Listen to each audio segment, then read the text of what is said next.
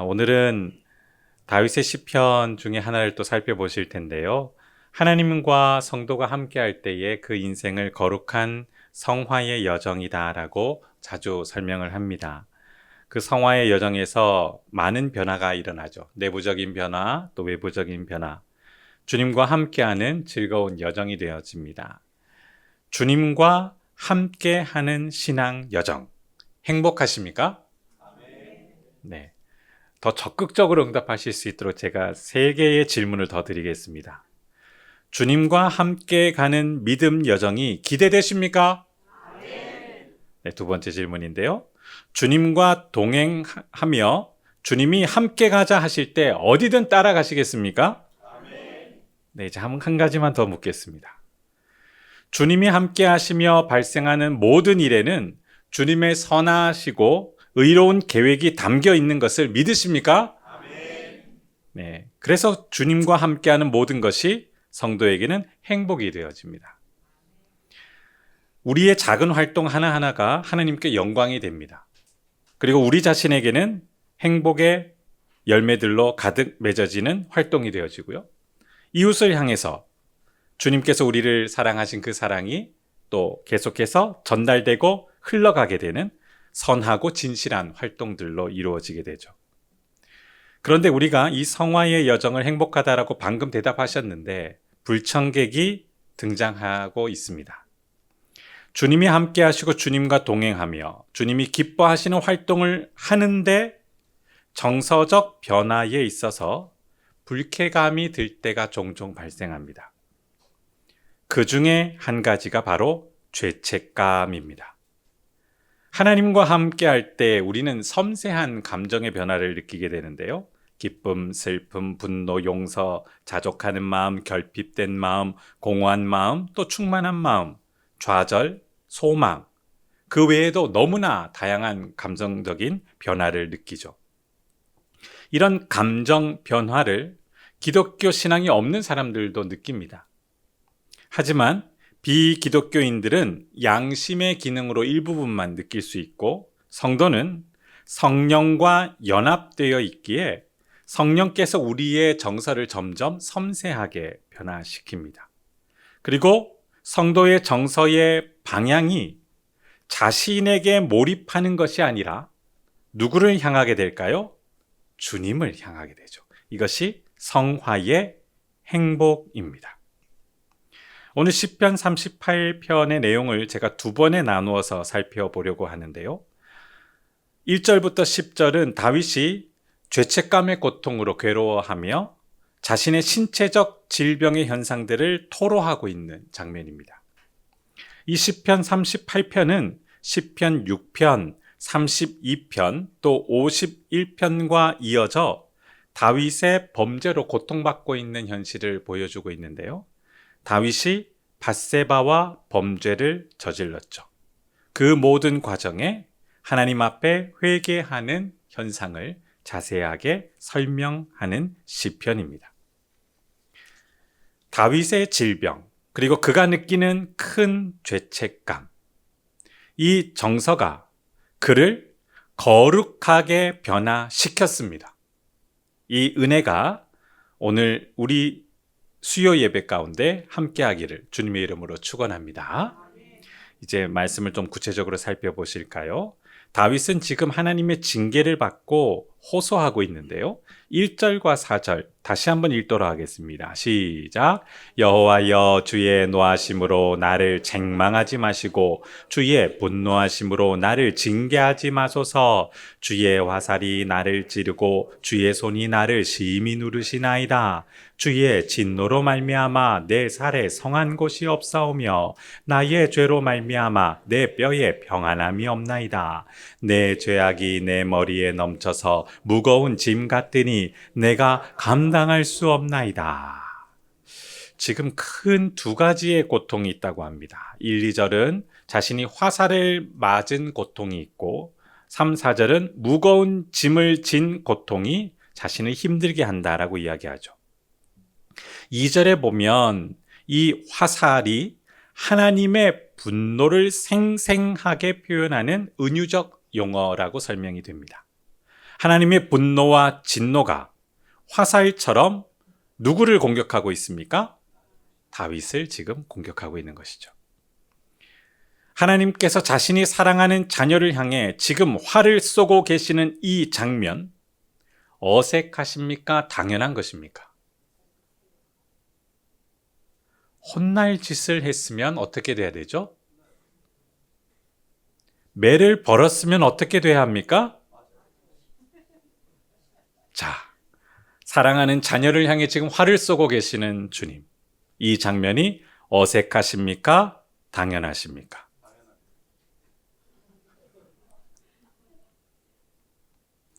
죽을 짓을 했으면 어떻게 돼야 될까요? 사랑이신 하나님, 그리고 하나님이 사랑하는 자녀를 향해 활을 쏘는 하나님, 같은 하나님이십니다. 그런데 참 이 모든 상황을 연결하고자 하면 참 당혹스러워지죠. 사람들은 심판하는 하나님을 향해 지나치다라는 불쾌감을 자주 드러냅니다. 하나님은 사랑이 넘치고 자비로운 분이신데 어떻게 자기 자녀를 죽을 만큼 징벌하시는가? 너무 지나치다. 살리지는 못할 망정, 오히려 죽이시는 행동이 정말 사랑의 하나님 모습인가? 라고 반문을 하죠. 불쾌한 것이죠. 우리가 믿고 의지하고 신뢰하는 하나님, 어떤 분이셔야 할까요? 죄를 향해 하나님은 어떤 모습이셔야 합니까? 정말 하나님의 진노와 분노, 지나치다고 생각하십니까? 모든 사람은 늘 지나치다라고 생각했습니다. 하나님의 분노와 진노가 예수 그리스도에게 쏟아질 때 인류 역사 속에 한 명도 그 앞에서 지나치다 막은 사람이 없었습니다. 자신의 죄로 자신이 죽겠다라고 외치며 예수님의 부당한 죽음에 항변하거나 하나님 앞에 가로막고 선 사람은 한 사람도 없었습니다. 혹시 역사적인 그 상황에서 내가 있었더라면 그 부당한 죽음 대신 내가 죽을 것이다 라고 선택하신 분이 계십니까? 지금의 나라면 이 한 목숨 바쳐 순교하겠다라는 분들도 계십니다. 순교의 각오를 깎아내리는 마음은 없습니다.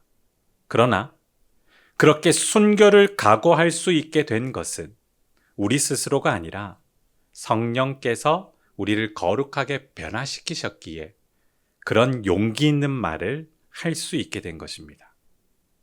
그래도 당장 죽음이 앞에 오면 피하게 됩니다.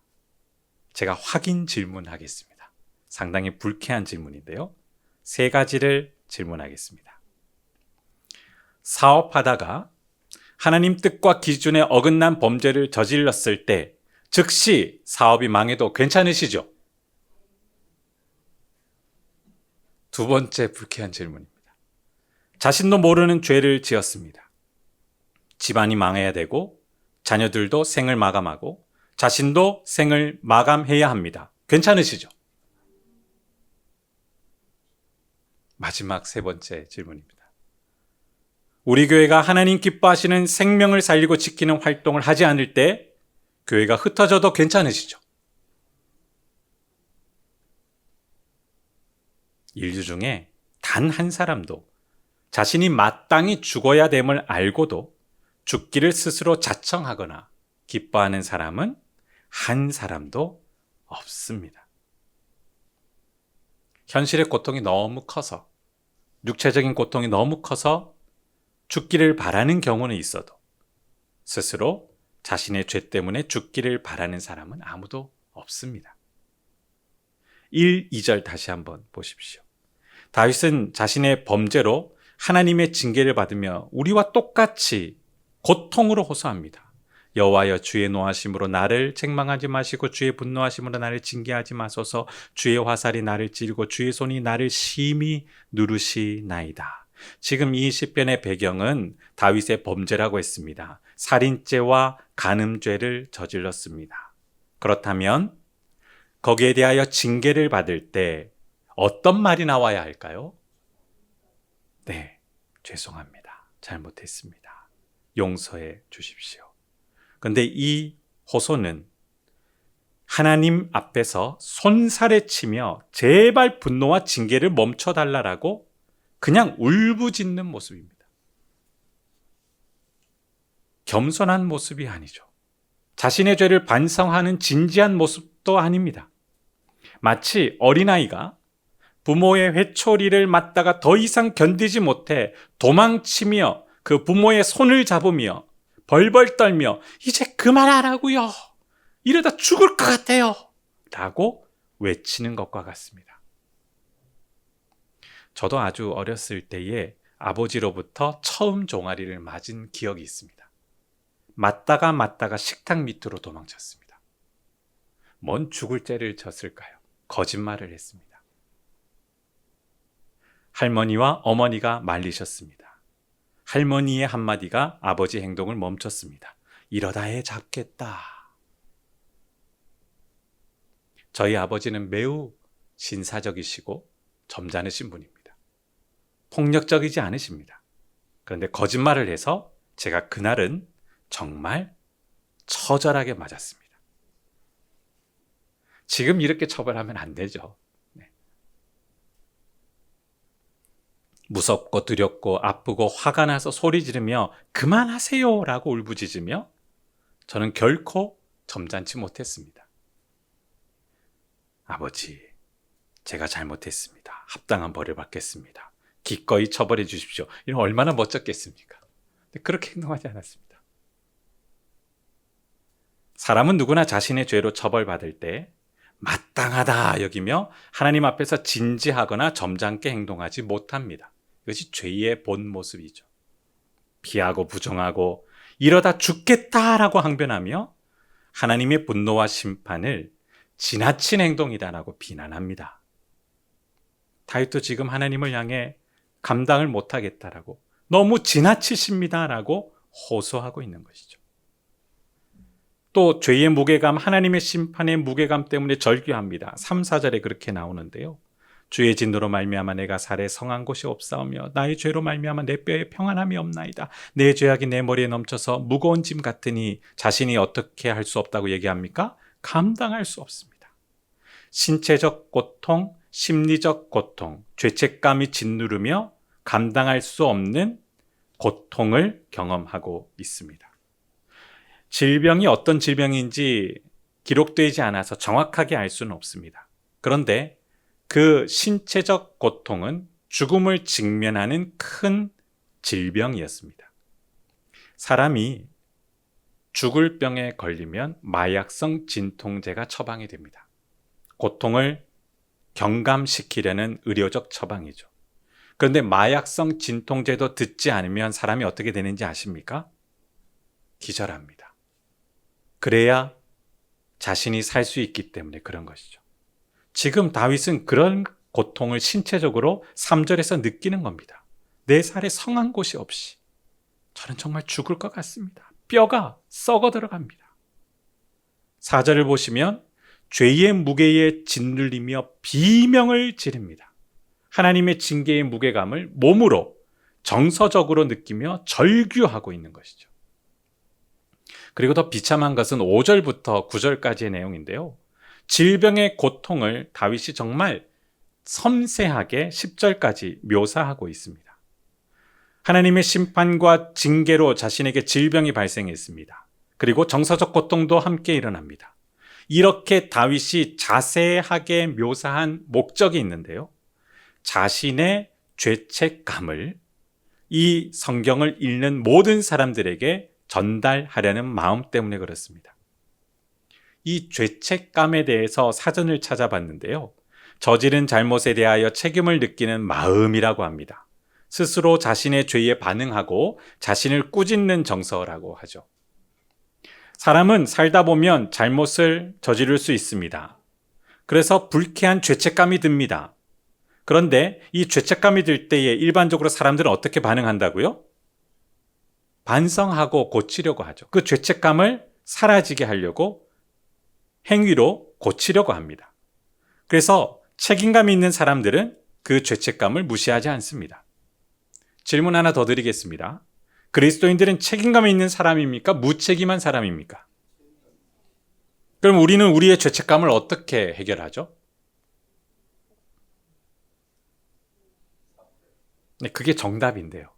그게 정답인데요. 사람은 어떤 누구도 스스로 자신의 죄책감을 사라지게 하거나 책임을 질 수 없습니다. 제가 앞서 사전적인 의미로 죄책감을 설명했습니다. 저지른 잘못에 대하여 책임을 느끼는 마음, 스스로 자신의 죄에 반응하여 자신을 꾸짖는 정서.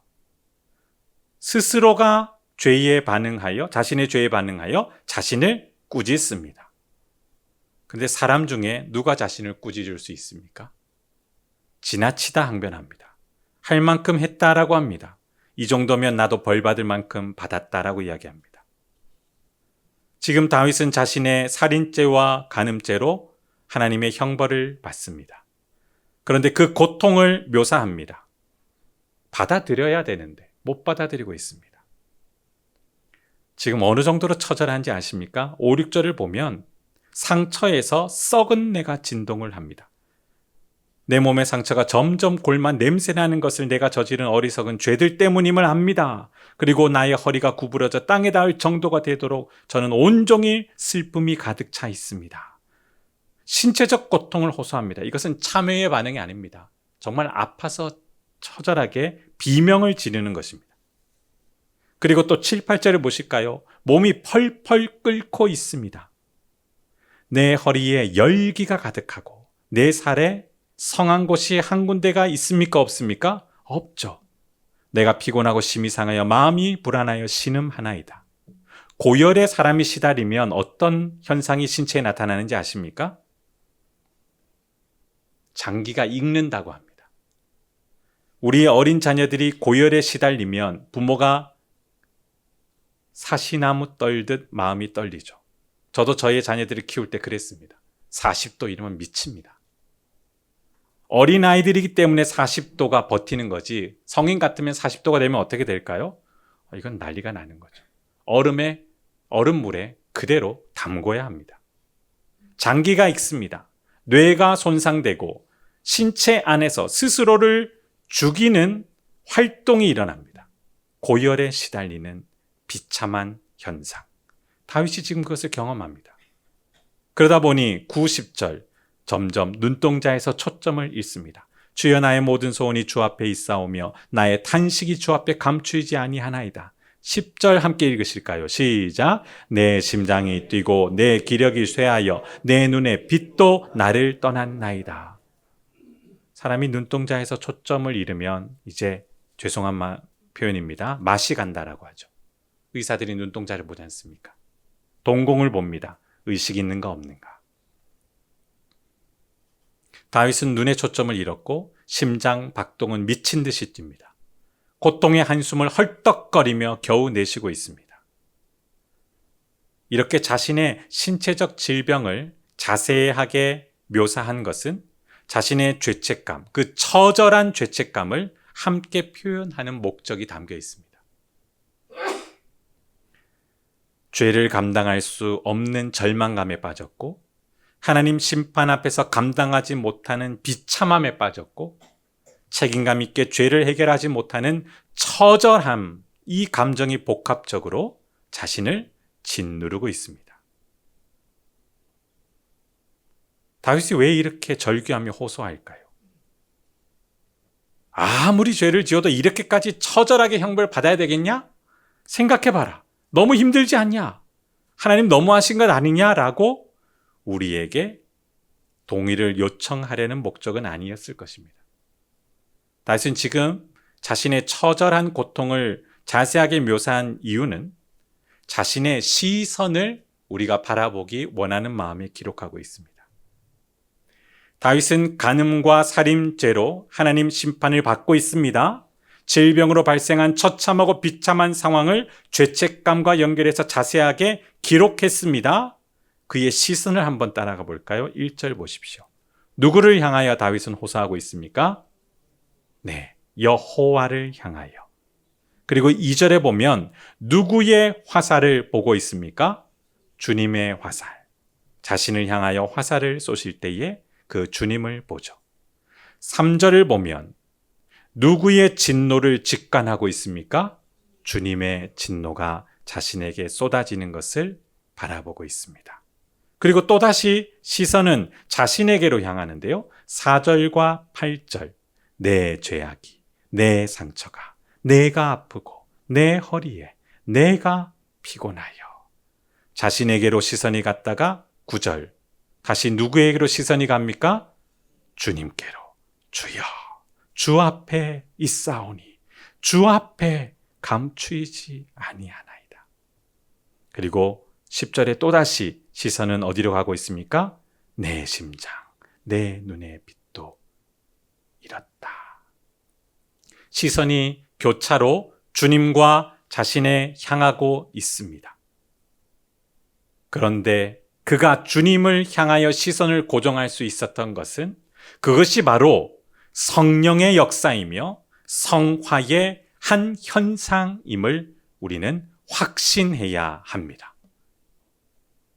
죄는 항상 자신에게 시선을 향하게 합니다. 내 상태, 내 정서, 내가 처한 환경, 나의 미래, 나의 성공.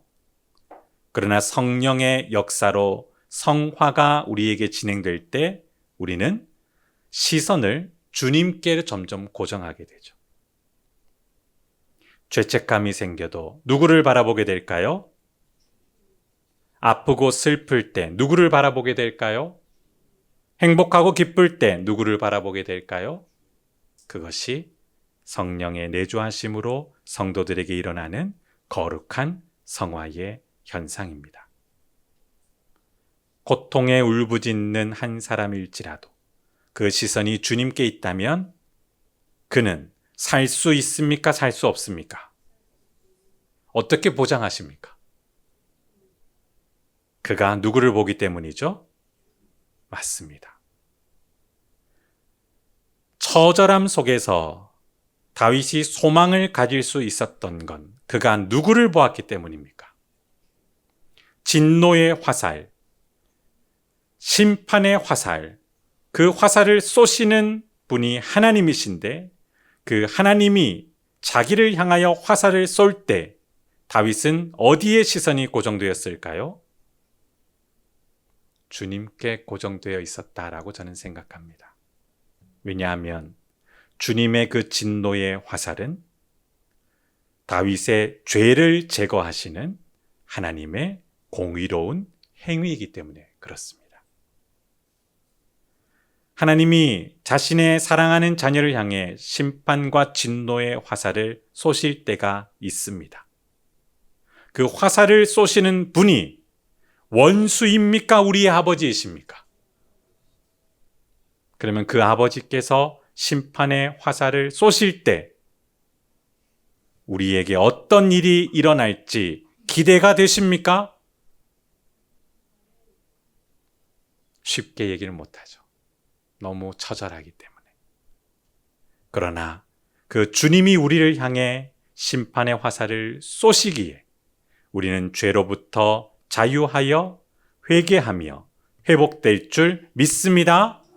그것이 하나님의 은혜라는 것이죠. 말씀을 맺습니다. 하나님은 하나님 자녀의 죄를 깨끗하게 처리하시는 분입니다.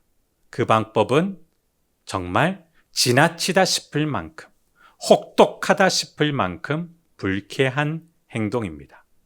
하지만 하나님은 그 행동을 단 한 번도 망설인 적이 없으십니다.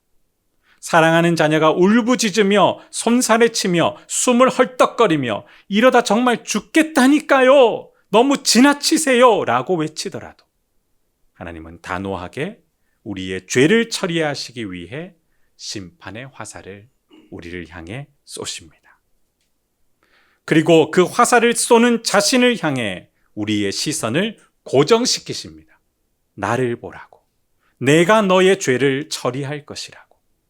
비참함, 참혹함, 절망감에서 우리를 하나님에게 시선을 고정시켜 소망을 일으키시는 하나님의 은혜의 역사가 바로 이 처절한 죄책감에 짓눌린 호소 속에 담겨 있는 것을 다윗이 깨닫고 우리에게 그 진리를 알려주는 것입니다. 누가 죄의 심판을 하고 계십니까?